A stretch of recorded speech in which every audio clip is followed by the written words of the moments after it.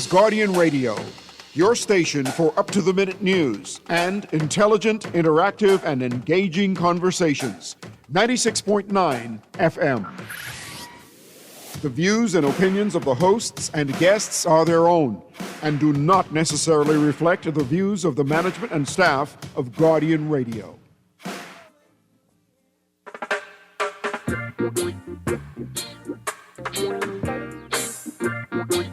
Ooh, yeah, yeah, yeah, yeah, yeah.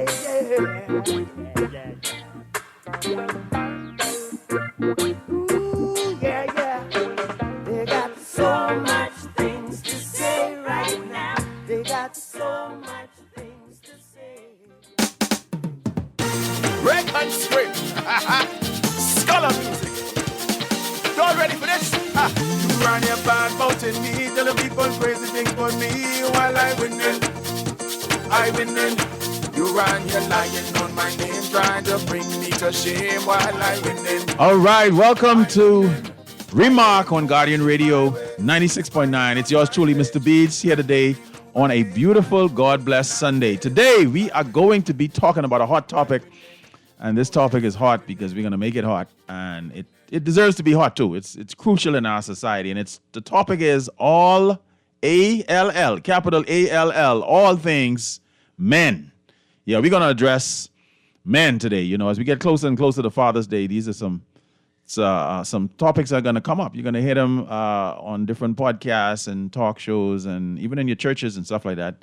Men will be addressed, and we want to talk all things men today. So we invite you to call in, man. Call in and express what's on your heart. Send us texts and let us know how you feel about some of the things that we're going to be discussing. And anything that you want to talk about today in relation to men, we are open to talking about those things. But one of the things that we want to cover today, and I know we can't do everything in one show, but we want to talk about the role of men in our society. You know, why we need men. Why do we need strong, stable, functional men?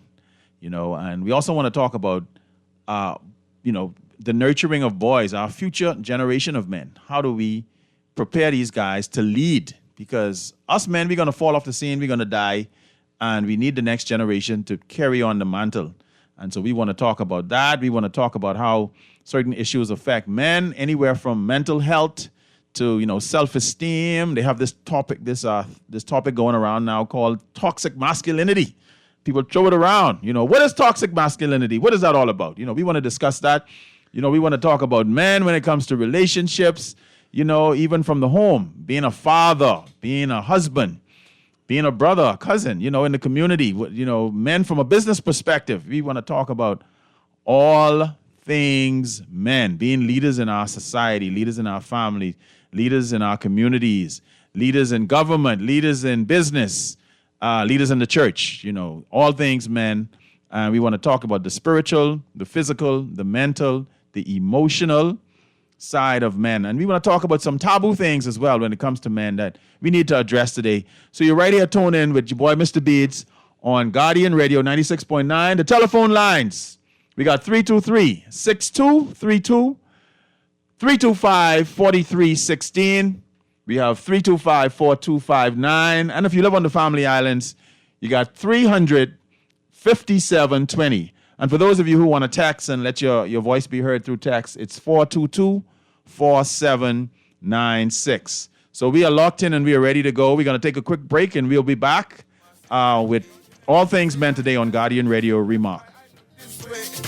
Boy, where you been when I was slaving 9 to 5? And where you been when I was working overtime? I didn't see you when I was making sacrifice. But now you full of talks like you know my life. You run your bad mouth in me, tell the people crazy things about me while I winning. I winning. You run your lying on my name, trying to bring me to shame while I winning. I winning. I hear you watching my way. Wait, you know what's going down tomorrow? Nobody what happening? Joe bringing these knives to school, he could do Junior in. For what? Well, he fooled with Joe girl. Mother sick. And you know Junior don't bark down for nothing. So that means you got a big fight tomorrow. So whose side you on? Side? I trying to stay in school, not Simpson Pen. We gotta tell somebody about this fight. Tell somebody. I ain't no snitch. I mean cool, you know. Wait, if you so cool, then you need to stay in school and stay out of the fight. Yeah, but if I don't hang on Joe's side, how many boys coming for me next? All right, so we definitely gotta tell somebody. We gotta prevent the fight. What I say, I don't want nobody call me snitch. We could just call Crime Stoppers. You could report what you know, and nobody gotta know it's you. So how did I boy? All you gotta do is call them, or you text them through the Crack Crime Bahamas app, and nobody can know it's you. And for me for more info, and when they finish with them, Joe them coming looking for me? When you call Crime Stoppers, the calls go directly to Miami, and they don't ask nothing about you. Then if you get the pen from them, and they can claim a reward later using that same pen. Plus, everything's scrambled, so nobody can read what you're saying. Calls 328-8477 from Nassau, 300-8477 from the Family Islands. Always on the go? Missed a show? You can now listen to Guardian Radio talk shows anytime, anywhere on Spotify and YouTube by searching Guardian Radio 96.9 FM or by entering the name of your favorite show. You can also listen by logging on to GuardianTalkRadio.com and clicking on the podcast tab. Guardian Radio, continuing to provide you with fresh news and smart talk anywhere, anytime, all day. You try to rest, but roll with the best. For all your printing needs, there ain't no one better, no. For posters and banners, magazines and flyers. For window decals, greeting cards and newsletters. No job too big and there's no job too small. You name it, we can print it. Just give us a call. Let Print Masters bring your masterpiece to life. Located in the Nassau Guardian Building, telephone 302-2361. Love the show? Want to give your support? Become a sponsor today. Call 302-2300 for our rates and packages. That's 302-2300. Become a sponsor on Guardian Radio 96.9 FM. Fresh news, smart talk, all day. This is Guardian Radio 96.9 FM. Fresh news, smart talk, all day. Down the aisle on my special day. Yeah, that's right. Remember when you say no one gonna marry me? I got my house plus my apartment stay on rent. Yes. While you ain't got nothing and stay in your feelings, boy. But where you was when I was saving 9 to 5? I never see you. But where you was when I was working overtime? I didn't see you when I was making sacrifice. But now you full of talks like you know my life. You run your bad mouth in me, tell the people crazy things for me while I win in. All I do, I just win in. I win in. You ran here lying on my name, trying to bring me to shame while I win in. No weapon form, brother. I win in. I hear you watching my way. Spying on All right, my welcome way. back to Remark with your boy Mr. Beads here today. In studio, I got a special guest today, and he goes by the name Mark Bassett. He is a young Bahamian man who's been working with young people for many, many years, man. Older people, younger people, but he's put in a lot of work over the years, you know. I remember him back in the day. He started out doing music, and he had some bad reggae songs and stuff like that back in the day. You know, he did some gospel reggae and some nice tunes back in the day. But now he's happily married, got a family, but he still works a lot with a lot of troubled young men in our society. And so he's going to join in to talk today, you know, all things men. And I want to start with a question, you know, Mark. But when I ask this question, before you answer, you can pretty much anything else you want to add to my introduction of you, you can. But what I want to find out is what does it mean to be a real man? You know, because, you know, growing up, you hear that, oh, we need real men in our society, real men. And as a kid, I used to wonder, like, if there were, like, fake men walking around or, like I don't know if they're talking about mannequins or they're talking about cartoons or, you know, because if there's a real man, then that must mean that there's a fake one. You know, so as a kid, I wasn't sure how to differentiate between real and fake when it comes to men. So, you know, but I did some research, and I can tell you what the general gist of the phrase real man is. And it has to deal with a few things. And, you know, and it says that one of the things I came up with, it says that it's not about fitting into the rigid stereotype. It's about how someone shows up in their life, in their relationships, and their responsibilities. And also, it talks about different cultures. You know, a real man is different in one culture than he may be in another culture. So different cultures and people define it differently. But a few basic ideas tend to matter more than surface traits like toughness or dominance. Because, I know in the community I grew up in, a real man was a thug, a tough, rough man. That was one of the personifications of what a real man was. Also, a real man was a guy who went to work every day and worked hard, and he worked with his hands. If you was a bank teller and stuff like that in my community, they didn't really consider you a real man. If you had like a little soft office job or you push paper and stuff like that, you had to be like a guy who worked construction, or you had to have some type of trade for the women to say, oh yeah, that's a real man right there. So those are some of the things that I remember growing up looking at, and I guess nowadays people would look at that as toxic masculinity, which is another topic we're going to talk about a little bit later. But it says that a real man has certain attributes like being able to take responsibility for his actions, his choices, the consequences and situations himself in, and not try to run away from accountability. Also, emotional maturity. That's a heavy one. What is emotional maturity? I mean, man, I feel like physical maturity is easier to identify because, you see somebody go from a child into an adult. You could see the changes. But what is emotional maturity? How do you know when someone is emotionally mature? Callers, feel free to come and chime in on these different aspects of it as well. Also, it says that a real man has a sense of purpose. And what does that really mean? What is purpose? Growth. What does it mean to have a sense of purpose and a sense of growth? And these are just some of the things that I found in which the world considers a real man to fall under these categories and have to kind of fill these spots in his life. But Mark, I want to hear a little bit from you. Just tell us a little bit about yourself, what you do, and then you can get into addressing a little bit about what is a real man. Yeah. My name is Mark, Marcus, but most people call me Mark. I started on ministry like in the early mid 90s or so, and we did a lot of street ministry. I got into gospel reggae, and we used to do our thing. We went to the schools and to the parks, and that was, I guess, me getting my feet wet in it and getting really hands-on with what was happening with the young people and all these things, and watch a lot of people change their lives, watch a lot of people fall off. But it was a lot of, lots to see. I'll put it like that. It was a lot to see. And it continued on. And right now, years later, which is like about 30 years later, me and my wife have, it's more so her thing, but I help out with her with these young troubled youth.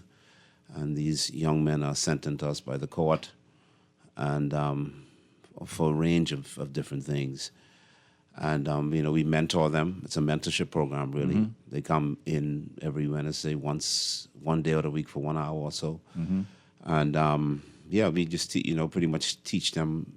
I think that the thing is, what needs to happen is, and this is what we do, you let them see for themselves exactly who they are, where they are. Mm-hmm. And then they make necessary decisions. Okay. On where do I make the changes? What are the ages of these young men that you deal with?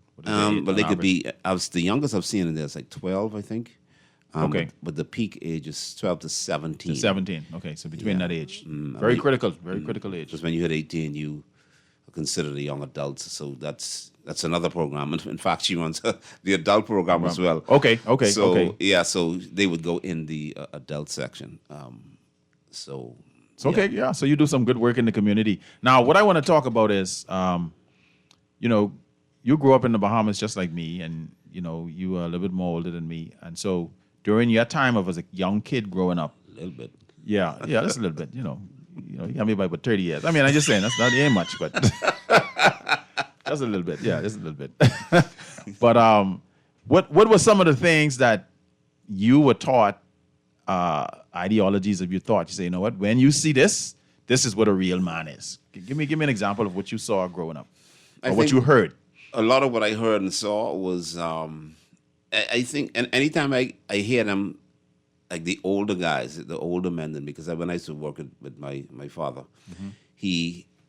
There were a lot of technicians on the job where he was. And after school, when I came on the job, mm-hmm. man, these guys were something else. So I heard it all from these men. They never said hold anything back. I mean, it was just unbelievable. And they didn't care that I was a young fella. And so a lot, watching them, I saw a lot of how that rough exterior, they would translate that into being a real man. Right. And I've heard people, even them say stuff like, put some bass in your voice. Wow. Yes, that's true. The You know bass what I'm one. saying? I was told that many times. I don't know if I had a treble, high-pitched soprano or whatever, but they used to tell me that all the time. As if it's supposed to change. Right. Okay, Right. I have the bass now. Right. Doesn't make me man. Okay, that's a good point. That's a good point. You see, and those are the types. One example, and then the other cliche-ish type thing is, men don't cry. Real men don't cry. Right, You gotta be tough. You gotta put on this tough exterior. You gotta, just for show. But it never ever gets down to of what a real man really is. Yes, okay. You see, and so all of these things were like on the surface, and so it didn't really teach them much of anything. No core values. Nothing of the sort. So it was just they always was left out in the cold or not in the dark at the end of the day. Yeah. So, do you agree with some of the research that I did where it is mentioned that real men have things in their lives like purpose and growth, and they have to deal with real men are responsible. They take accountability. Do you see those as things that you consider to be valuable? Emotional maturity, having respect, majorly. stuff like that. Yeah, big time, because that's really what makes you a man. Your responsibility, your integrity. Okay. Like me and you were talking earlier about somebody giving their word. Right. You say, okay, I'm going to be here, and then all of a sudden you don't show and don't call. Right. Okay. All of that. It goes. It's about honesty. And what's inside you. If you don't have any good core values in you, then I can't qualify you to be a real man. Right. Because a real man is responsible not just for himself, but for others as well. Another aspect of a real man is he's a hard worker. Yes. He don't hang around on the block smoking weed all day. Another aspect of a real man, he knows how to treat a woman. You know what I'm saying? And not just what you were taught by other men on how to treat a woman. How do you really treat a woman? Where do you draw the line? With your speech towards a woman. So it's so many aspects, and I could probably write a book on the whole thing. There's so many different things you can. So I have a question. You mentioned something about smoking weed. Now I know Bahamians, we have a thing we don't listen to well. Are you saying that if a man smokes weed, that he's not a real man? Because we got a lot of weed smokers in our country. I'm just saying. Yeah, we got a lot of. I guess for some people, that's a part of their religion too. I guess the real question is, should we be smoking weed? Okay. That's the question. And in fact, it's funny you should ask that. That's one of the questions we ask the boys. Okay. So in the group, I would say, how many of you in this group believe that smoking weed is wrong? Right. Okay. And most of them never put their hands up. Okay. Maybe one, maybe two. But generally speaking, the vast majority, they never put their hands up. They don't believe it's wrong. Okay. So, and I would say to them, what is the first, out of the gate, why should you stop smoking weed? And there'll be a lot of looking around and murmur, and they can't give me the answer. Right. And then I would prod, and then one would spit it out after. So would you ask the opposite? Why should you continue to smoke weed? Well, because I would like to know what their answers would be to that too. No, well, the first answer out the gate why you shouldn't smoke it is it's against the law. And then okay. But see, that's something that nobody even thinks about, right? Because it's everywhere, right? Everybody in the Grammy smoking. I got a guy in the group said to me, he said, "Boy," and I said to him, I say, and because you look around at them and you see them as your own sons. So I'm looking around at these boys and I'm saying, I said, let me tell y'all something. I say, if it were in my power at all, I would take you all out of your environments because this is one of the real reasons as to why you're here in this program. And one of them was looking at me in a daze. No, he wasn't even looking at me, just staring out. He said, Mr. Bassett, I'll be honest with you. Everybody in my house smoking weed. My uncle got the weed hide under the stove. My old lady got the weed in the toilet. Everybody in my house smoking weed. So how was he supposed to survive? Right. But yet, he gets caught up with that weed, next thing you know, he's in the system.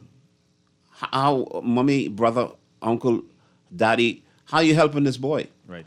You know, if he's not going to do what you say, he's going to do what you do. Now, I haven't personally done much research on weed in terms of how illegal it is and then under what circumstances and parameters. So I'll ask you because maybe you might have done, saying that you deal with kids in this field, you might have some idea better than me. So, for example, is smoking weed illegal, period, or is it illegal at a... No, it's illegal, period. Oh, period. In the Bahamas. Okay. Now, you're talking in the United States. So, hold on. So, because I've seen situations where I've seen law enforcement pass people smoking a joint, but they don't arrest them, they don't say nothing or whatever. Because it's a waste of time in many cases. I don't hate to put this out on the radio like that, but it's okay. You're gonna lock him up for this little roach, right? Mm-hmm. Is he cured now from breaking the law? Okay. No, he's not. Okay. You lock him up for however long. He's back on the streets, and guess what? He's gonna light up again. Right. So this is why I always go back to the core issues. How do you deal with young men and adult men that the change would come from the inside out and not just on the surface treatments? Okay, I see what you're saying. Not patch it up, not put a Band-Aid over it. Right. See, and they have to know out the gate that it's wrong because we have these the 12-step program. I think it's up to 14 now. I can never remember. So we got this 12 to 14-step program. And the first question out of all of the steps, and many people out there might be familiar with it, is admit the problem. Okay. And a lot of them said, and I would ask them, I say, how many of you in here believe that you have a problem? Or this is a problem? Mm-hmm. And most of them would not put their hands up. Okay. I say, we could be on step one all day. Not all day. We could be on step one for weeks. For weeks, right. Because if you can't get past the fact that this is a problem, then you're not going to go anywhere. Right. We cannot go on to step two. Right. You see, so you got to acknowledge that something's wrong here. Okay. Because, awesome. Look around you. Here we are. Yeah. We're in a group. Yeah. It's a program. The court sent you here. And you're here for weed. Right. You're not there for drinking milk or drinking buying coconut water from the side of the streets. So I'm just saying, you know what I mean? You're not there for eating spaghetti or buying something from Bamboo. You're actually there for something that is against the law. But the funny thing about it is, though, and I'm happy that you're sharing that, is because I don't really be in that world, so I don't really know what y'all have to deal with and the type of scenarios. So it sounds as if they are really and truly, they don't see anything wrong with it. They don't think it's wrong. Out the gate, they don't see anything wrong. And so thank you for sharing that. That's Mark Bassett. In the studio, we have a new guest that came in. He goes by the name Chris, just like our producer. And so Chris Thompson is here with us, and I'll allow him to introduce himself, but I'll just tell you he's a businessman. He's, a lot of people know him from lots of different fields, barbering, John Canoe, DJing, music. He was the original karaoke king in the Bahamas, the one who carried that name many years ago. So Chris, I want you to introduce yourself to everybody who don't know you out there. Good afternoon, listening world. This is me, the original karaoke king, Mr. Christopher Thompson. Thank you for having me, Mr. Beads. Yes, sir. All right. I hear you getting all proper. What you pronouncing all your T's and dotting the I's. You can talk normal. You don't gotta. You can talk normal. But we talking today about all things men. What is a real man? Now, I was telling Mark, earlier that when I grew up, growing up in my time, and I know you and Mark, y'all were here from before Columbus landed, so y'all should know seen a lot of changes, but I wasn't here then. I just came right after Hubert Ingram won the government, so, a little young. But basically, we were talking about things, stereotypes that they told us when we was younger, like Mark would say, young men, the older men would tell him, put some bass in your voice. That make you a real man. They would tell you, young men don't cry, real men don't cry. Suck it up, buttercup. You know what I mean? Stuff like that. So first and foremost, I want to ask you, what is your idea of what a real man is? And then let us know what that is, and then you go from there. My idea, the fact of what a real man is, what should be, is he should have values, principles, and up front, in the front, should be family. Family. Okay. All right. That's good. So are you saying then that without principles, and without family, you cannot be a real man? Well, those are the basics. Principles of being a real man. Being a real man. Okay. But it's also other stuff that surrounds that. Right. Now, what are some when you look at what being a real man is all about? What are some of the things that some of the stereotypes that they told you when you was younger, and things that would make you a man? Things that you probably look at now and be like, I don't think that works. I don't think that made sense, but they said it anyhow. Or that alone isn't enough. Well,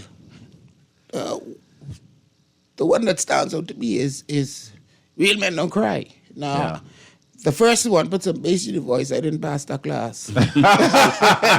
Yeah, that's a good point. I didn't pass the class.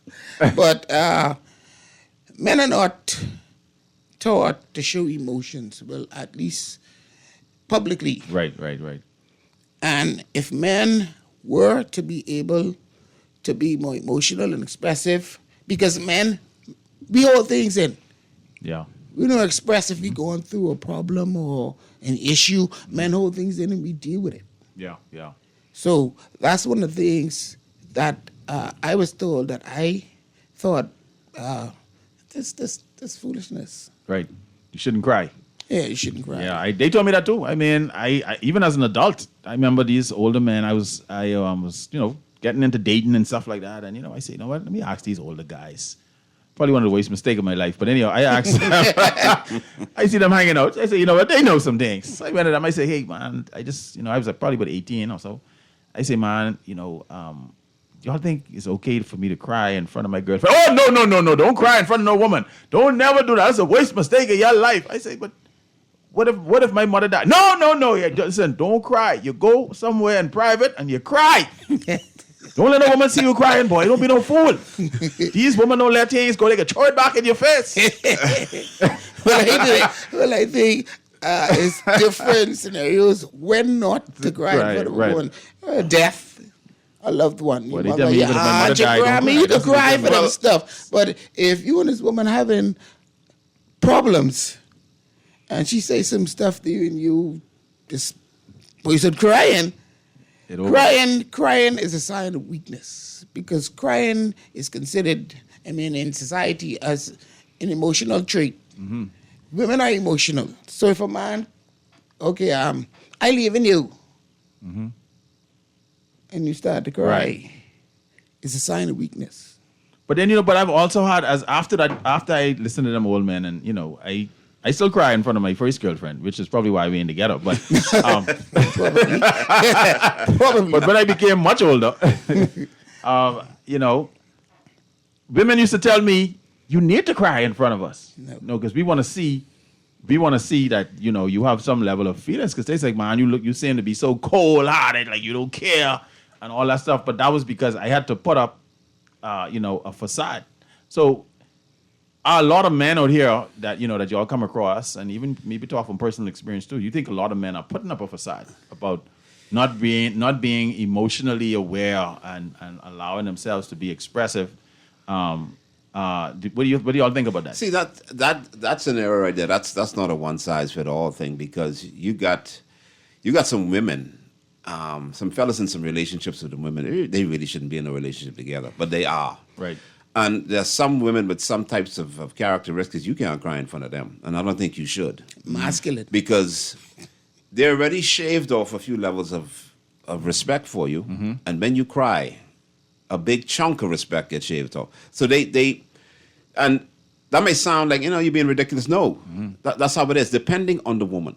Okay. If a woman is mature, she's nurturing, she's loving, she's a good woman. Mm-hmm. That's not going to matter to her. Right. But when you're talking about, you use a fellow on the street, you got your junglist out there on the street, use a street fellow, she ain't want to see no sign of weakness. Right. Use a street thug. So but again, the issue is, y'all really shouldn't be in a relationship. Y'all got other issues. But you can't stop them. But so you're trying to tell me now, I's a street thug. Mm-hmm. I get a couple of guys through the hood, they like me, they interested in me.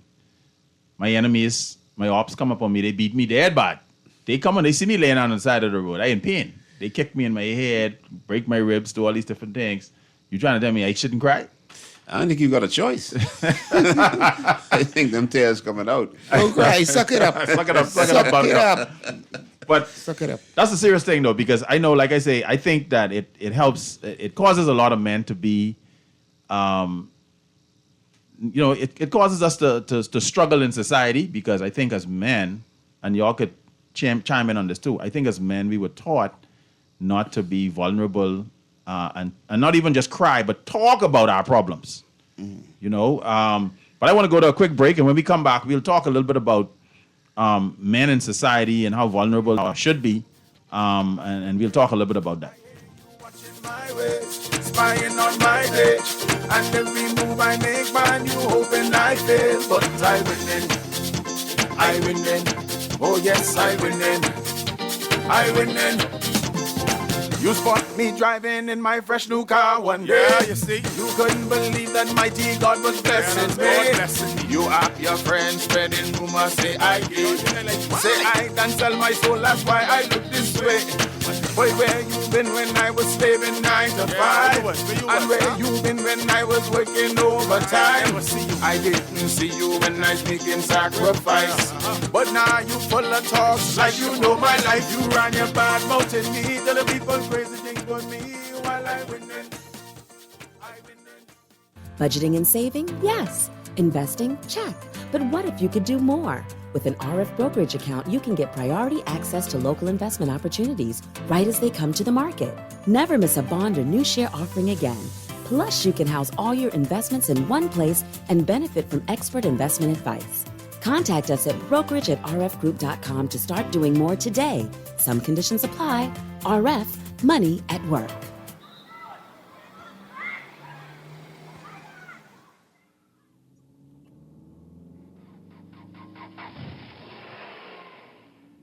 Mommy, guess what I did in school today?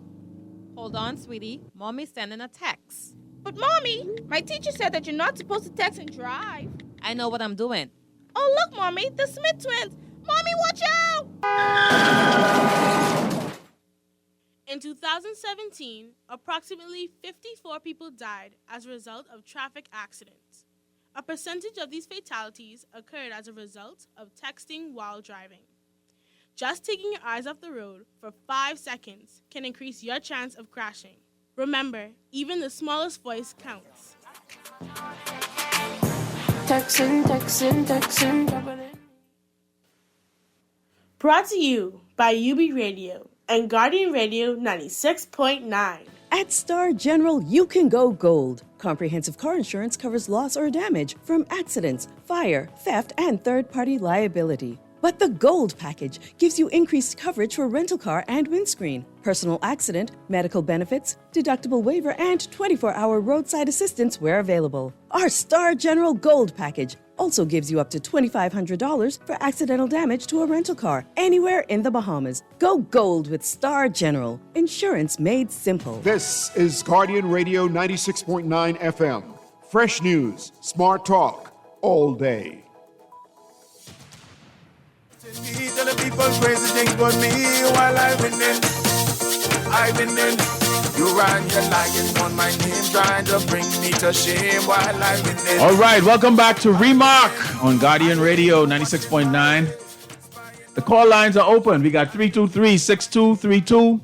We got 325-4316, 325-4259. If you're on the Family Islands, 300-5720. And if you want to text and leave some of your thoughts, it's 422-4796. Today we're talking all things men, but right now we're talking a little bit about men being vulnerable in society.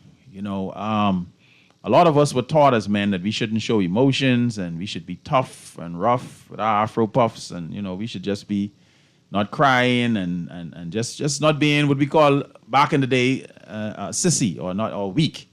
You know what I mean? You can't show no type of weakness if you're a man. And I remember I was watching Batman one time, and I don't know if y'all remember Bane from Batman. Bane made a statement. He said, nobody cared about me until I put on a mask. Think about that. Bane said, nobody cared until I put on a mask. So as men, do we have to always keep this mask on? And is there a perfect time and place for us to take off the mask, or should it be on when we with our family? Should it be on when we with our friends? Should we keep the mask on when we on our jobs?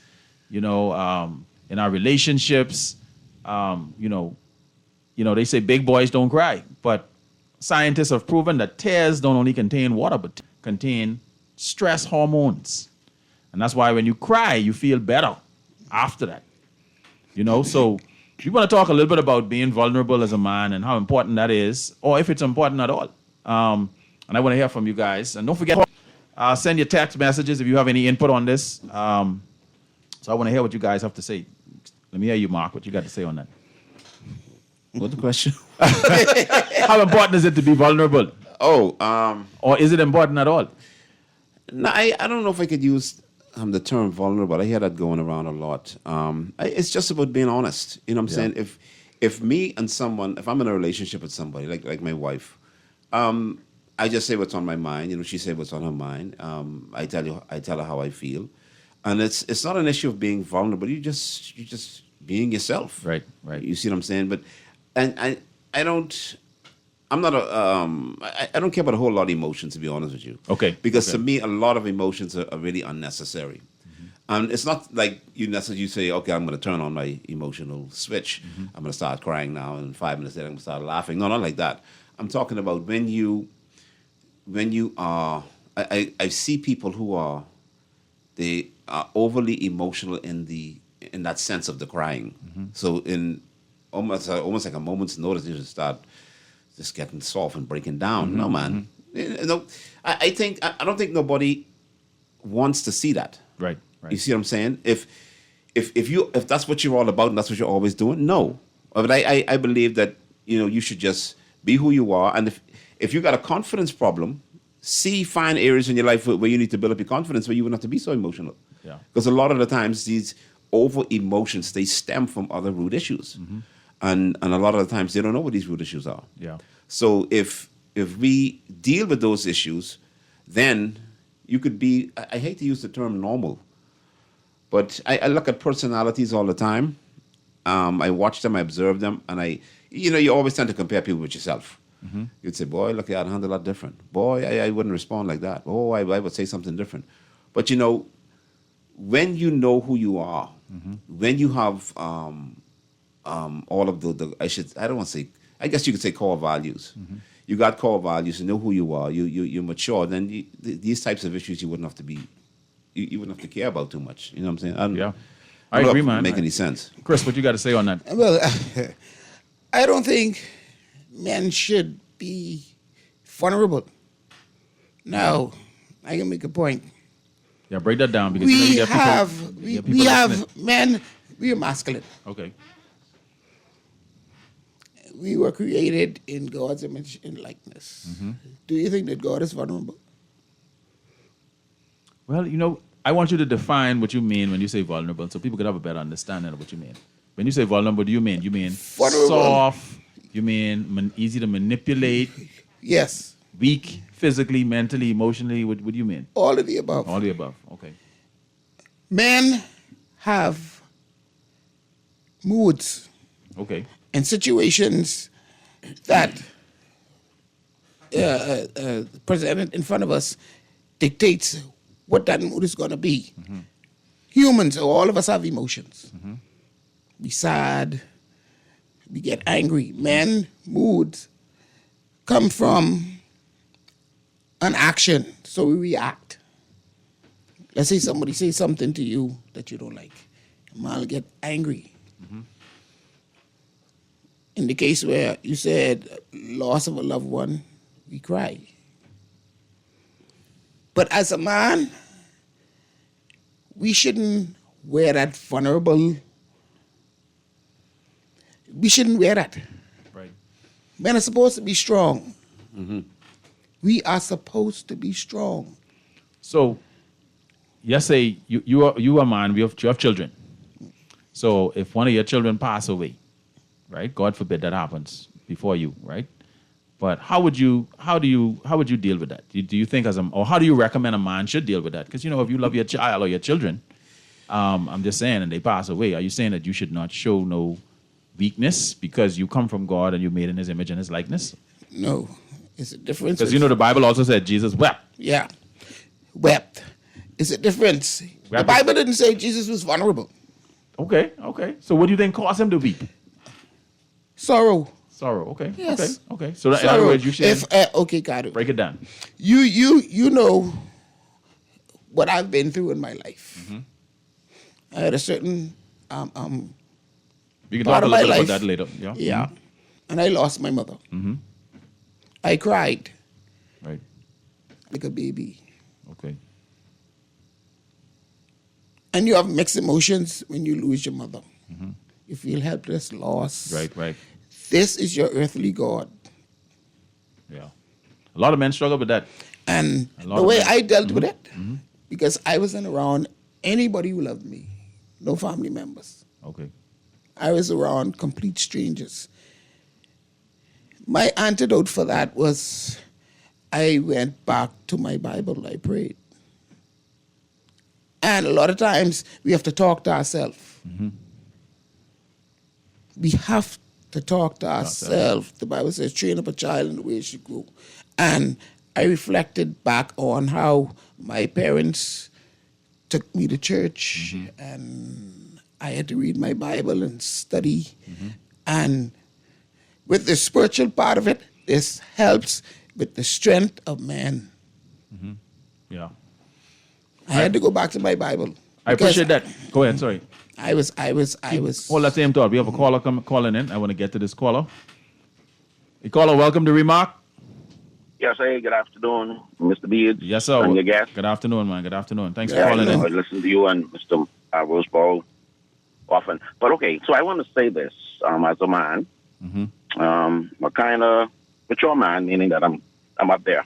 But when we talk about emotions, and I think this has hurt us. Mm-hmm. I heard your guest talking about being vulnerable, but I think it has hurt the psychology of the manhood. Okay. I mean, like you listen, not being vulnerable, but expressing your emotions. Right. Because I cried over a number of things. So I got a couple of stuff going on in my life, but what I'm saying is the release of tears mm-hmm. is like the release. It's like a release valve because you build up pressure. And if we don't release that pressure through tears, it explodes. Right.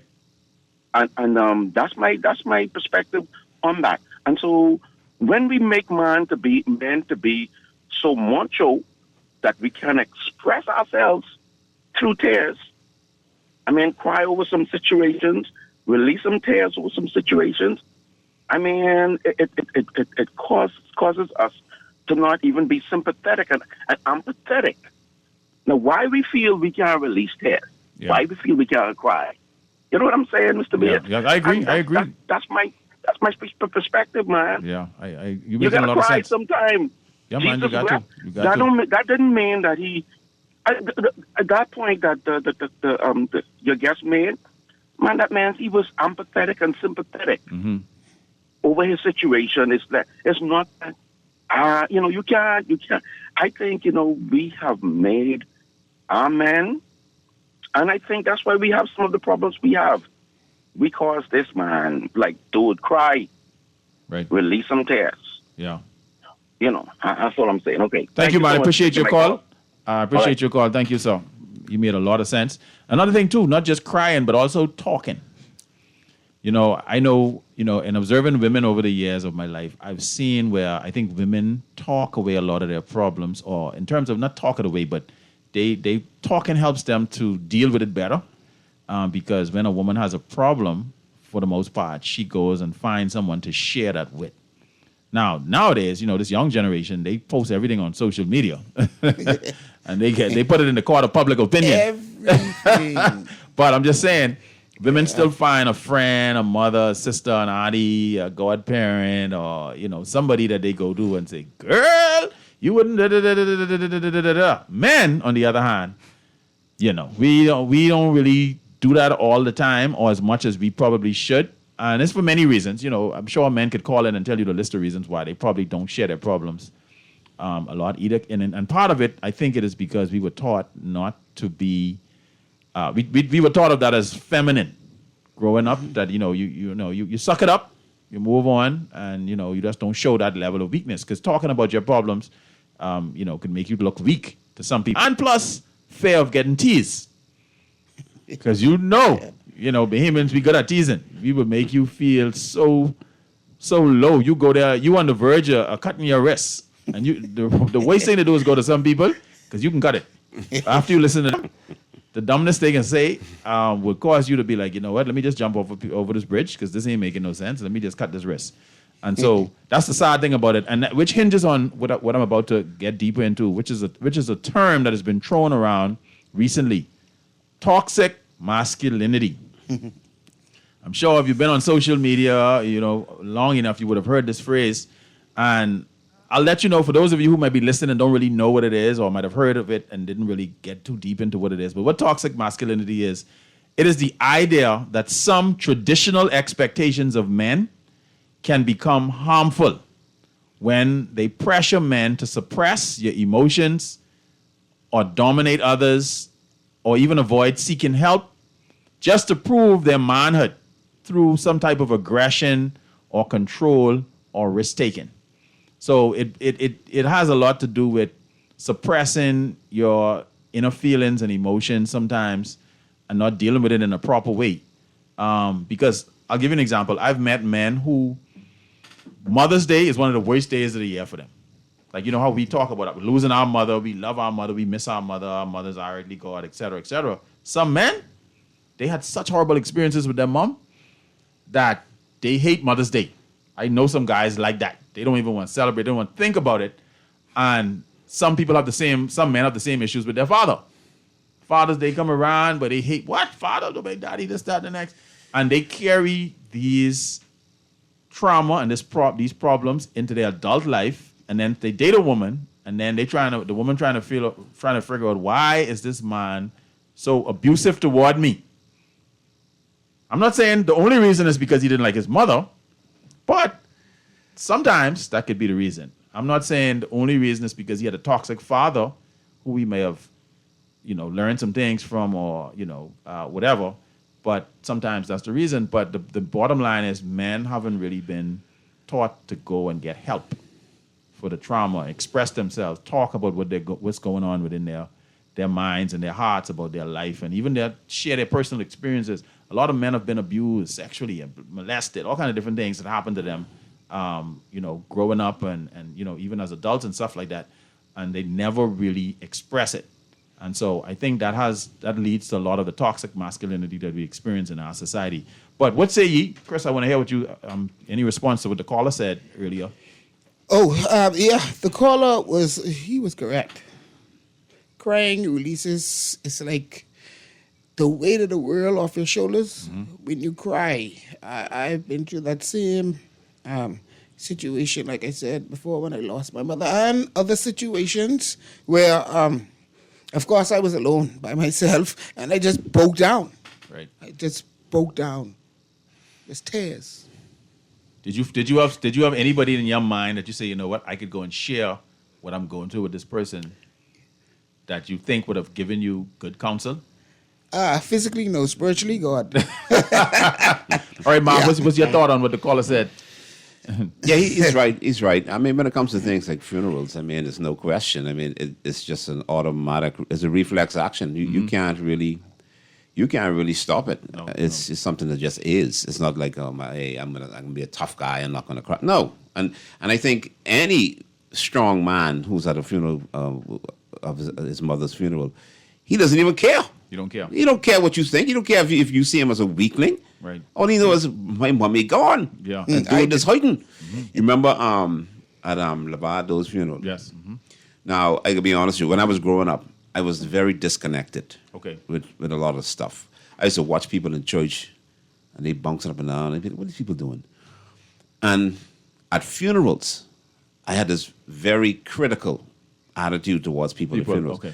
And when they go to the coffin or the grave and they're just screaming and they can't, I said, what is people faking? And I honestly thought they was faking it. I thought they was overdoing it. And I could not identify with that at all. Until now, when I got older, it started to set in. But I didn't realize it yet. Now, a good example of that, at Levad and Riddell's funeral, when they had the coffins at the... Was you guys pulling off the coffin? I remember. I was like, this ain't mine. Let me tell you something, bro. When what's his name was rapping, Double Six. Right. Double Six was on the stage and he was doing the song. And he's pushing the song. And because they called the Paul Bearer song. And so we all went towards the front. And as I was walking, I was feeling it. I was saying, no, bro, You fight it? I said, ain't nothing happening, man. And this time I said, oh, you know, like when you want to regurgitate. Yeah. And you say, you can't stop it. No, it's coming out. Yeah. And I made it as far as when they pushed the coffins up down the aisle, and just before they reached to take it out into the foyer, my knees buckled. Wow. And it was over. And then you and Trevor, I think, reached out to grab me. I couldn't explain that. That was an overwhelming amount of emotions that came out at that time. And I didn't plan that. I didn't know I was going to do that. Right. You see what I'm saying? And we were not relatives. You know, I knew Riddell from she was like, she was 6 years old. You know, but you know, see her here, all see that her came there. back in that And moment. I think the sadness of it all, that whole family. Yeah, the whole family gone one shot. One shot. Yeah. That, and then just to see the reality of where I was and what was happening here, that's what overtook me. Powerful. That's crazy. Yeah, that was tough for me too. I was in the barber. I was getting my hair cut. I almost get my hair gap up. Actually, I was in the chair, and the barber was cutting me, and everybody's on the radio talking. By the way, for those of you who don't know, we're talking about the plane crash with Dr. Miles Monroe, and the two persons he was talking about was the young family that was on there with their son, Jojo, and then the wife was pregnant, and so we had a lot of persons who had died. So condolences to the families and everybody, friends, etc. But yeah, that's what we're talking about in his example that he gave just now. But I remember being in the barber chair, barber cutting me, and I couldn't go to work that morning. I called my boss. I told him, I said, listen, my best friends, my pastors, like everybody died at the same time. It's like, I ain't gonna be able to function today. And my boss was like, okay, cool. And I went to the barber that morning, and while as soon as he started, as soon as the thing started buzzing to cut my hair, boy, he started crying. Yeah. Yeah, and then people was in the barber shop talking about it, and it was on they had the radio turned up loud, all the people calling into the talk shows. And he literally had to tell me, come out the chair, go sit in the corner, catch yourself, I can cut somebody else, and then come back afterwards. So I was having that moment, the same moment you was having with your knees buckling and everything. I had that in the barb. And that's the hardest I think I've cried in many, many, many years prior to that incident. I don't think I cried. I get beaten plenty times as a child, and I ain't cry hard like that. You know what I mean? So I know that feeling, but it felt like I had so much pent up in me, and it was released. You know what I mean? And that's why I mentioned earlier the quote of tears. Tears are not just water, but it's also stress hormones and stuff like that you release too, because it's a lot of stuff. We're gonna go to the lines. We got a caller on the line. Caller, are you there? Hey, what's up? Radio man. Welcome, Good man. afternoon to you and your guest. You know, God, who is the creator of the human race, put that emotion in every human being. Yes, sir. Some displayed more than others, but it's still there. Some are easy to cry because of circumstances, because of joy, because of sadness. You know, through the Bible, you see where prophet cried. You see where David cried when he came back from the war and saw all his family, his wife, was being taken away. And he cried. And he asked the Lord, Lord, should I pursue after my enemy? And God tell him, yes. You know, so there are sometimes you see one of your best friends, and you just talk with him, and then you hear something sad happen to him. That emotion sometimes come out of you. And you begin to, you know, those tears begin to fall. Now, like me, I cry sometimes within. I cry within, and that's the most dangerous part, because why? I am hurting inside, but I hate, but is not coming out. But as long as you cry and that relief is something like you It's release healing. that out of you. Yeah. You know the Bible said in Revelation, and God shall wipe away all the tears from our eyes. Why are we crying? We are crying for the happiness, for the joy, the sadness that where we come from on this, that what we were going through and what we will see. You understand me? So in other words, it ain't nothing wrong with crying. See, the system tell you, oh, be tough, man. You's a man, be tough and all that. And you hiding inside of you. Well, it's up to you, you know. And some people, they want to play tough and don't cry. But inside of them, they still feeling that, yeah? They still feeling that. Thank you. Yes, thank you for calling in, caller. We definitely respect everything that you just said just now, and you're definitely on point with that. We're going to take a quick break, and then we'll come right back and finish this conversation. All things men, real men, toxic masculinity. We're going to talk about most things that affect men in our society. We'll be back shortly. You spot me driving in my fresh new car one day. Yeah, you see, you couldn't believe that mighty God was blessing me. You have your friends spreading rumors, say I did. Say I can sell my soul, that's why I look this way. Boy, where you been when I was slaving 9 to 5? And where you been when I was working overtime? I didn't see you when I was making sacrifice. But now you full of talk like you know my life. You ran your bad mouth in me, tell the people crazy things about me while I winning. You ran your lying on my name. Always on the go? Missed the show? You can now listen to Guardian Radio talk shows anytime, anywhere on Spotify and YouTube by searching Guardian Radio 96.9 FM or by entering the name of your favorite show. You can also listen by logging on to GuardianTalkRadio.com and clicking on the podcast tab. Guardian Radio, continuing to provide you with fresh news and smart talk anywhere, anytime, all day. Girl, Junior just showed me Bella Boy in his phone. What you mean? He take picture of that good-for-nothing boy? Shh, you don't want Bella here. You say that. You know she always say that's my good child. So what he doing in Junior phone? Oh, he there because the police looking for him. He on their wanted list. Wanted persons in your phone now? Yes, child. And when police want to find anybody quick, after something happen, they can send pictures direct to your phone. Go to Google Play or App Store and search for Crack Crime Bahamas. Then pick install and it will go straight to your phone. There is also a section on missing persons. Yes, girl. Everybody needs to get this app so police can tell us right away when these people go missing. Just like an alert system. Yes, it has numbers for Crime Stoppers Bahamas so you can call and nobody knows it's you. Call directly to Miami and give the information without giving your name or anything about you. I tried the other day, and when I hear Junior and his boys talking about where they hide those guns, I walk quick round the corner and call that number. Call 328-8477 from Nassau or 242-300-8477 from the Family Islands. For fast, reliable, and impactful printing services, look no further. Let Printmasters bring your masterpiece to life. We stand by our quality products that is second to none. Our affordable pricing and friendly, efficient staff makes Printmasters the ultimate choice for all your printing needs. We can deliver any type of printing services, from banners to booklets to business cards. You name it, we can print it. Let Printmasters bring your masterpiece to life. Located in the Nassau Guardian Building, telephone 302-2361. Love the show? Want to give your support? Become a sponsor today. Call 302-2300 for our rates and packages. That's 302-2300. Become a sponsor on Guardian Radio 96.9 FM. Fresh news, smart talk, all day. This is Guardian Radio 96.9 FM. Fresh news, smart talk, all day. I didn't see you when I was making sacrifice. But now you full of talks like you know my life. You ran your bad mouth in me, tell the people crazy things about me.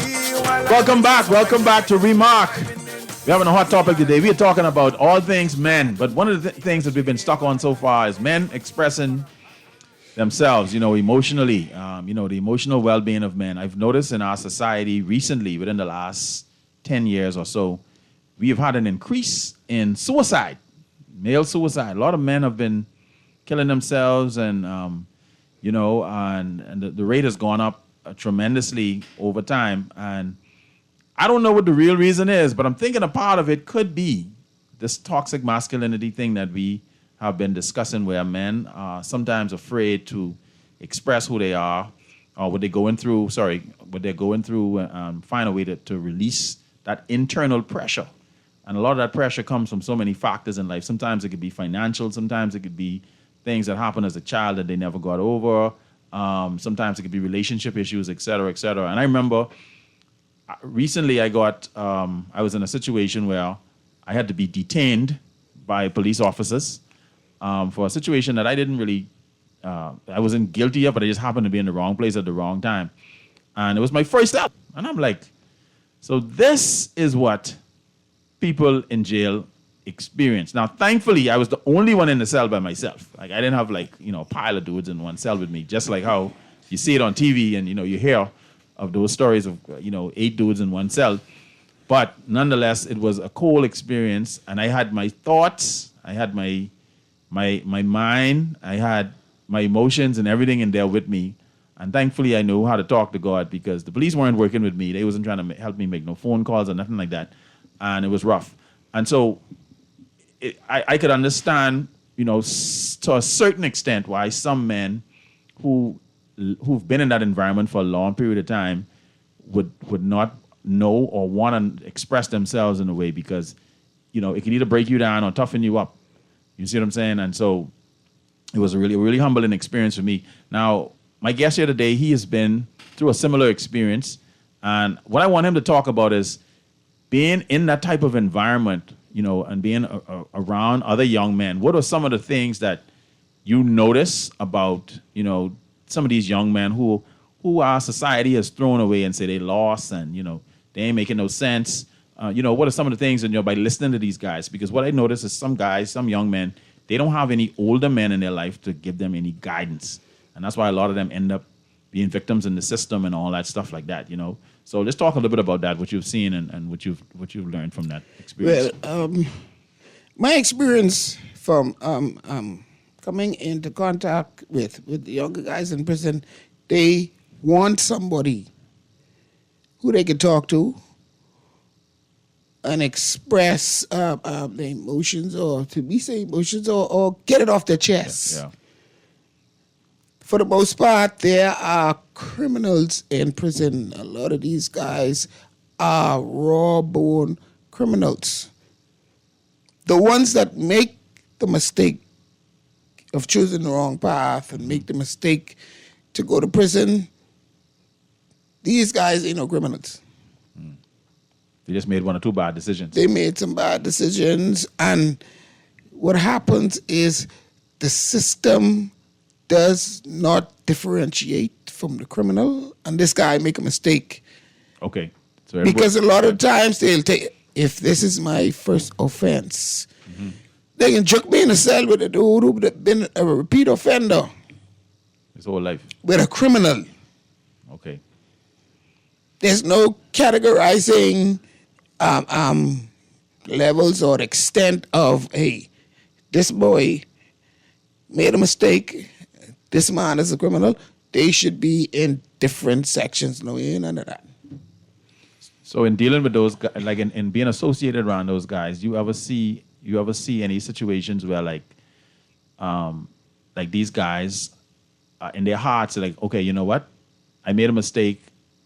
I'm in here. I got to do my time. And when I come out, I'm not going to do this again. Or do you see more of, boy, I'm comfortable up here, and if I got to do what I got to do, I'll be back here again. I don't care.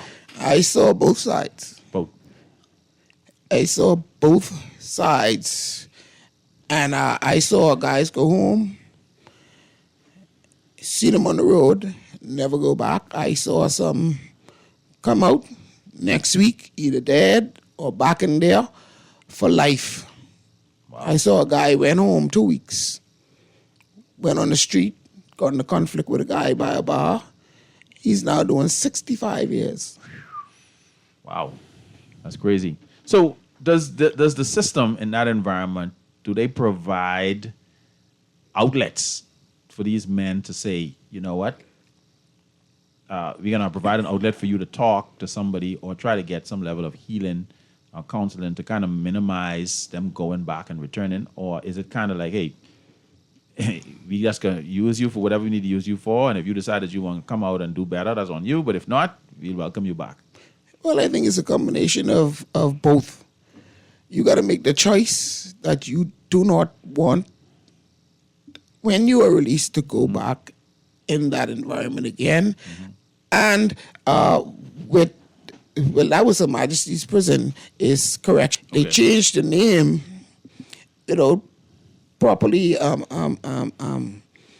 going into what a correctional facility is. Okay. So they still having challenges.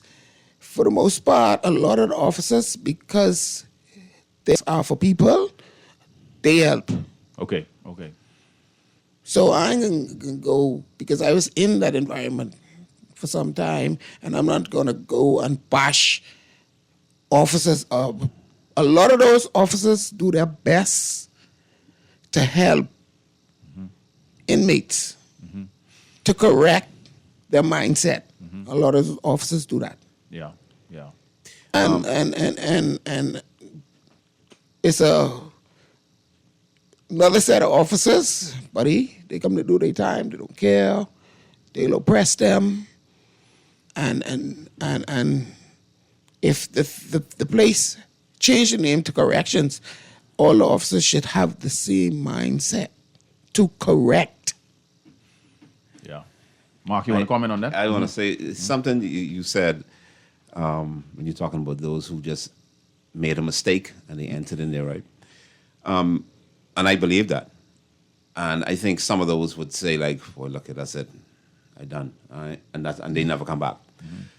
Now, the boys in the group, I learned some, we've been doing this in 2014, so I learned a lot from them. When they come to the group, a lot of them say, well, I ain't really belong here. I don't even smoke. And some would say, I don't understand why. I don't think I really should be here. Okay. For whatever reason. So I say, now there are some in there who are in there for anger management problem. So they would be in a fight, and then the courts would send them there. So it's pretty much the same type of step program in order to, because you have a problem, you got to make some changes. These are the steps to make the changes. So I would say to these guys, okay, so you're not supposed to be here, and you're not guilty of what they say you did. What else are you guilty of? I say, do you disrespect your mommy? Do you disrespect your daddy? The principal, the teacher, police officers? I say, because you don't just end up in this program. I say, this program is like a wake-up call for you. This is God telling you, look here, do some inventory. Take an inventory of your life. Check out what's happening with you to see whether or not you are going to continue on this line, if you're going to get better or you're going to get worse. Right. So you are here to say, for the lights to turn on and say, listen, I got to make some changes, and I'm not coming back to this program. Wow. I say, you don't just end up here. I say, okay, I'll give you a perfect example. This is what I tell people. We see, how many pastors are we seeing right now?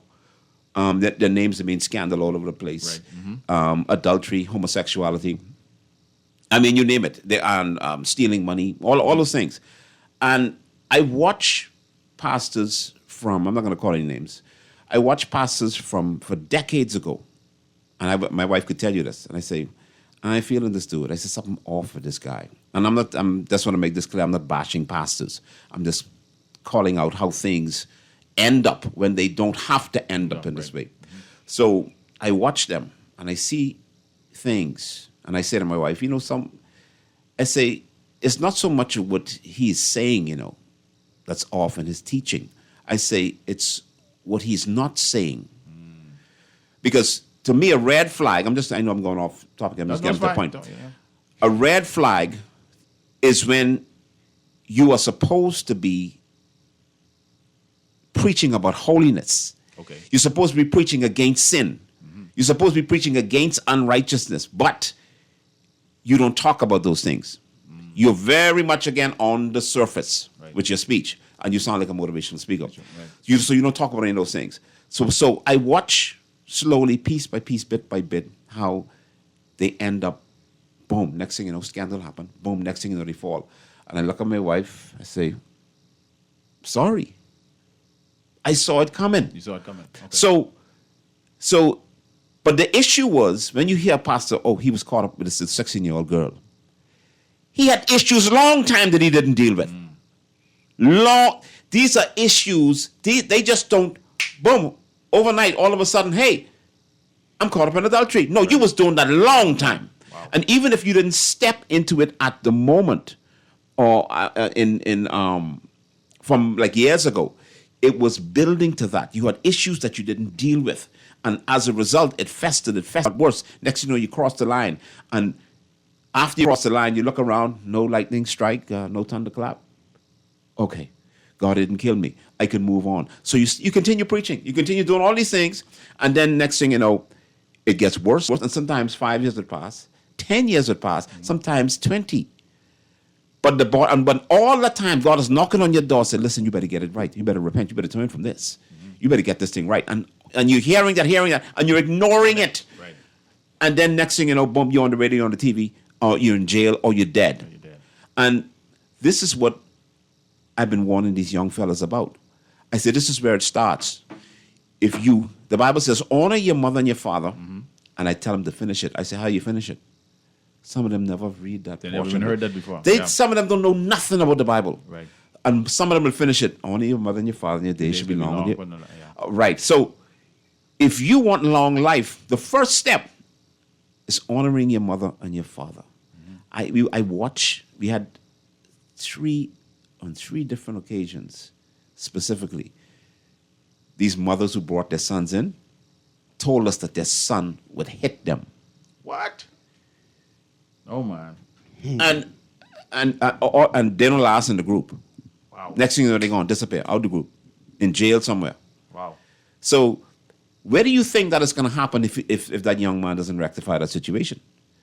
He's going to end up, and see, you don't hear about these things until you see them on the news, or until you see them in the obituaries. Too late. Yeah. So all of us think, oh, look at that poor young man, 21 years old, so young, just gone. Or you see something on the news where they got the body bag on the ground and the police standing around. Oh, that poor mother, she's crying, that innocent boy. You don't know if the boy is innocent. And in many cases, I can guarantee you that they were doing stuff from them, long time ago, and it was festered. Nobody dealt with it. And it goes right back to the issues of young men being unfathered. The jail is filled because young men are unfathered. You know, they got fathers, but the fathers themselves don't know how to raise no children. So if you don't have nothing in you, how could you give something?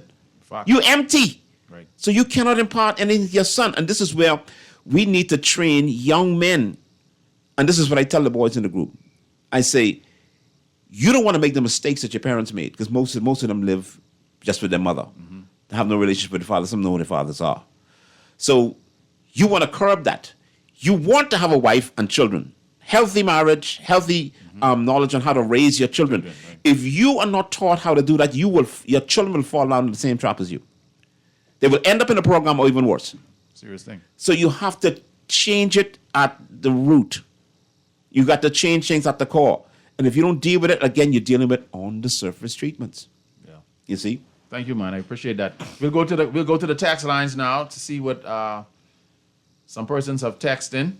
And I guess this is referring to the marijuana statement. Say the plant is not a crime. It's the mindset of the person using it. All right. Somebody else texted in and said, good afternoon, guys. I'm enjoying the show. Somebody said, good afternoon, hosts, guests, and Bahamas. This is an interesting topic indeed, and I suppose that some folks would contend that a real man is one that is successful in business and various other things that society would hold up as being a model for others to emulate. And indeed, that is truly a good thing. Yet, I see a real man as one who knows that whether he is looked upon as a saint or a sinner, he knows, too, that he could just as well be subjected to the very things that society will frown upon with disdain and anger, and quickly forget all the good that one would have done before falling prey to human weakness and unsavory passion and intoxicating desires. Oh, this person, philosopher. Yes, society has its right to feel that way now that such persons would have let them down. There's more to say, but I'll stop here. Another texter says, Mr. Beads, I'm a woman, and I think that it's okay for a man to cry.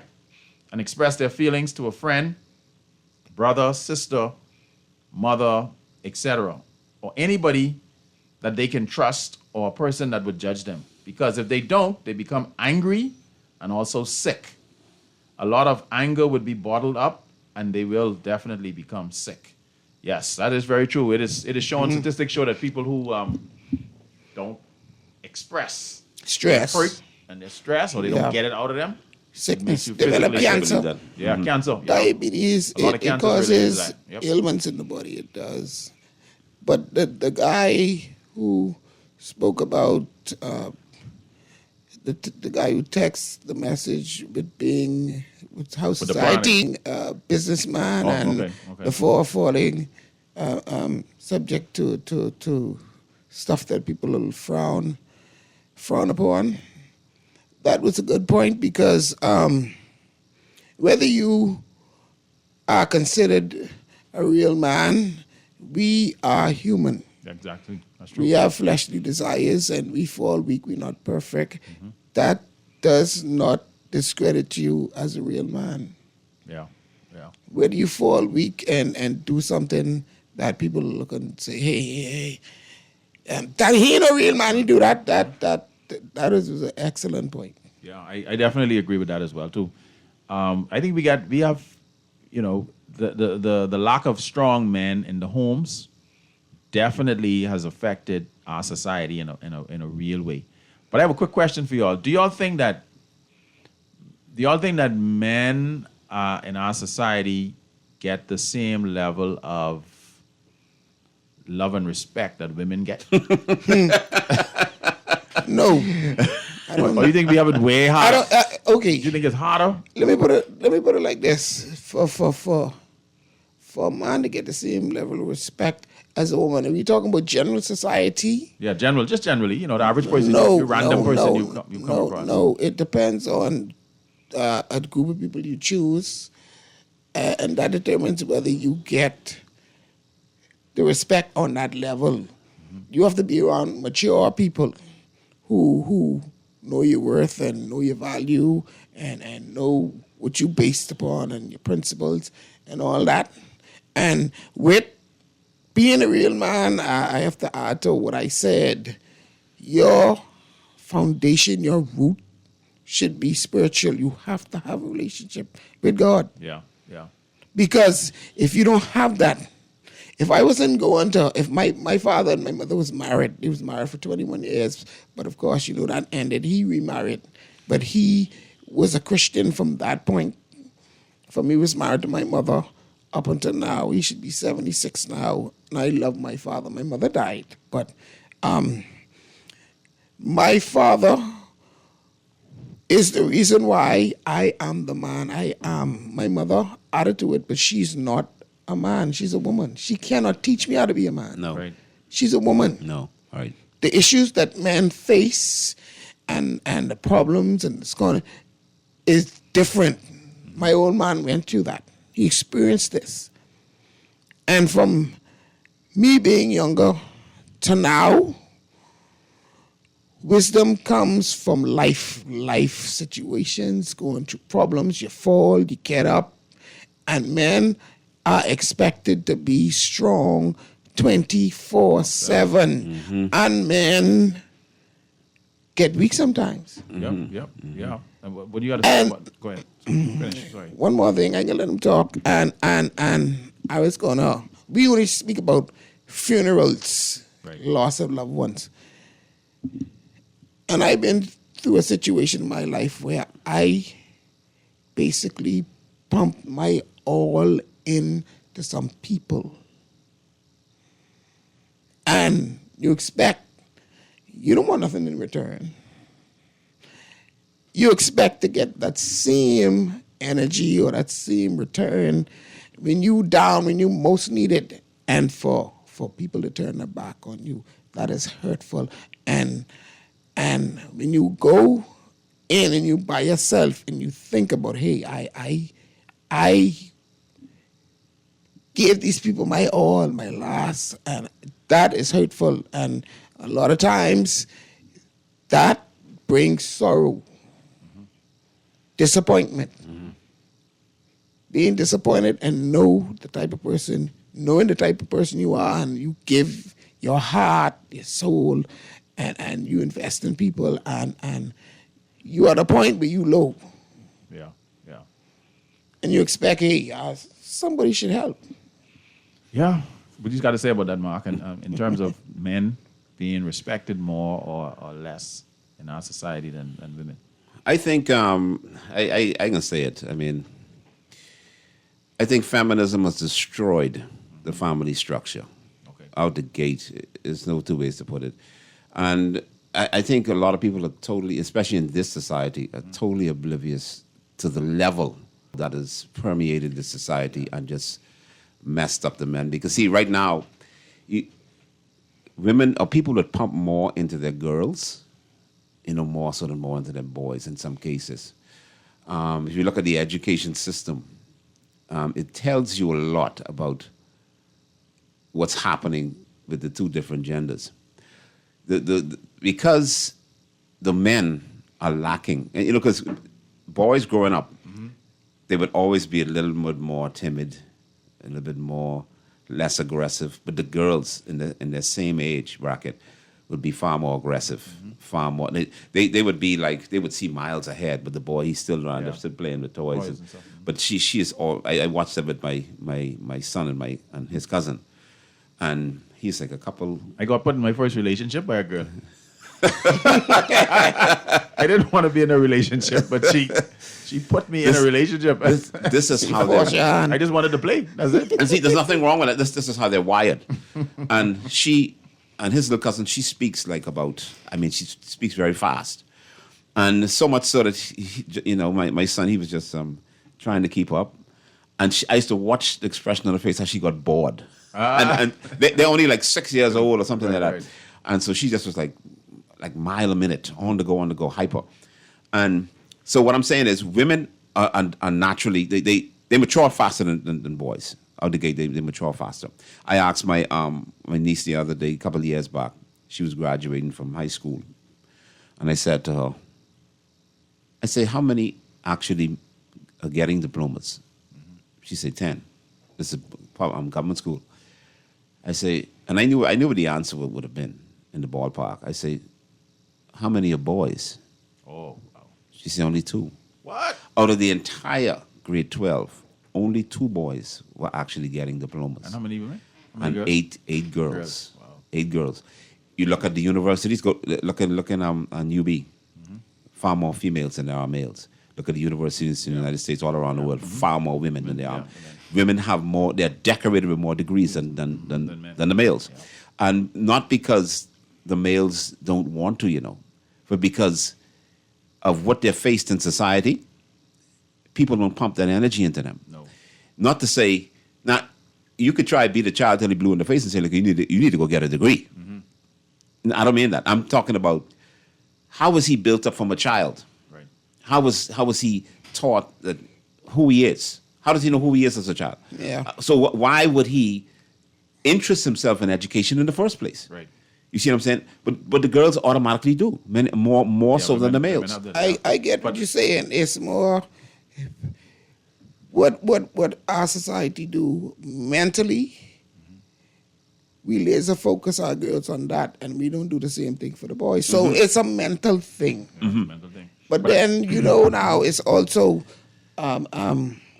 society has it where you're a man, you need to make money. So it's flip side to that. You have to make.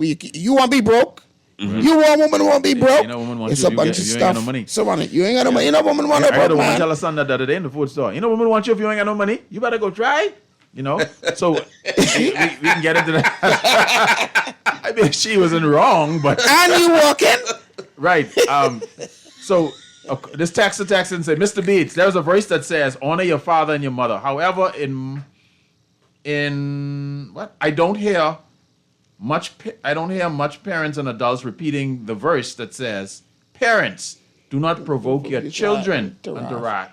Which calls for parents to nurture, love, teach, and respect their kids. I hope he, meaning Mark, pulls the mothers and fathers aside and chastises them just as he does the kids. Can't Because find if the fathers. Because if he doesn't, this is a biblical sin. So what we're going to do, we're going to go to a break and come right back, and then we'll close out with a few thoughts.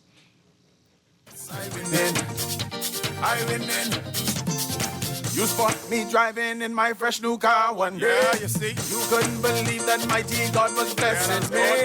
You have your friends spreading rumors, say I did. Say I can sell my soul, that's why I look this way. When it comes to hearts at Cleveland Clinic, you can't miss a beat. You seek the best care possible, work with the brightest minds, and leave no stone unturned to get to the heart of the matter. Because understanding is always the first step to overcoming. For every heart in the world, see how we're advancing the future care at Cleveland Clinic today. For fast, reliable, and impactful printing services, look no further. Let Printmasters bring your masterpiece to life. We stand by our quality products that is second to none. Our affordable pricing and friendly, efficient staff makes Printmasters the ultimate choice for all your printing needs. We can deliver any type of printing services, from banners to booklets to business cards. You name it, we can print it. Let Printmasters bring your masterpiece to life. Located in the Nassau Guardian Building, telephone 302-2361. Love the show? Want to give your support? Become a sponsor today. Call 302-2300 for our rates and packages. That's 302-2300. Become a sponsor on Guardian Radio 96.9 FM. Fresh news, smart talk, all day. This is Guardian Radio 96.9 FM. Fresh news, smart talk, all day. Mountain me, telling people crazy things about me while I winning. I winning.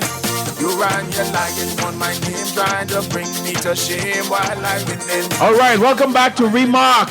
We are here in studio having an in-depth talk about all things men, and we've been focusing a lot on, men being vulnerable in society, men taking up their rightful role, some of the causes as to why young men are misguided and distraught. We talked a little bit about bad parenting and the lack of fathers in the homes and et cetera and all this other stuff. So we had a good talk today so far, but we want to close out. I want to ask each of my guests to just give us, just a few short ideas to the men listening, young men, or they might get to hear this in the near future, older men, whoever, things that they should implement in their lives, that 3 to 5 things that they should implement in their lives in order for them to be a better man in society, in order for them to live a better life and stay out of problems and not shorten their lives in this world that we live in, because there's just so many things that set up for men to fail and for us to just fall by the wayside. So I'm going to start with Mark. You could give us I'll start with Chris. You should give us 3 to 5 things that you think men should do that'll make their lives better. Well, one of the things I think men should do is acquire more discipline. Discipline is very vital in becoming a man. Discipline yourself to save. Discipline yourself to work hard. Discipline yourself to make God the center of your life. Discipline yourself to work on yourself. You have to work on yourself. Give me 2 more. So discipline is 1. Mentality. You have to keep a firm, strong mentality, because a lot of things are thrown at men. Mm-hmm. You could be living in an area where you have drug dealers, this one is deal with guns, this one is deal with that. Your mentality, you have to be strong to resist. You have. So strong mentality and discipline. We got 60 seconds left, Mark. Let us know what your advice would be to men listening today as to how they can make their lives better. Well, out the gate, you really need to know what your purpose is, because everybody is planted on this earth to carry out a mission that God has destined for you to carry out. And if you don't know what that mission is, then you're going to be in confusion. You're going to live topsy-turvy lives. You're going to be in and out of the system and all of these things. So there's a scripture that says, how can a young man cleanse his ways? By taking heed to the word of God. And you got to get yourself rooted and grounded, not only in the Word of God, but get around older men who can guide you and show you, especially if you didn't have a father in your life, show you the path to go, and who can help you with, and encourage you in education, to teach you how to be responsible with finances, and teach you how to deal with females in relationships. Yeah. And if you don't, and those are some key things in my life that will lead to a great success for a young man. All right, there you have it, man. Thank you for tuning into Remark today. And we were discussing all things men, and we appreciate our guests being here today, Mark Bassett and one and only Chris Thompson. And so, see you guys next week, same time, same place, with your boy, Mr. Beads.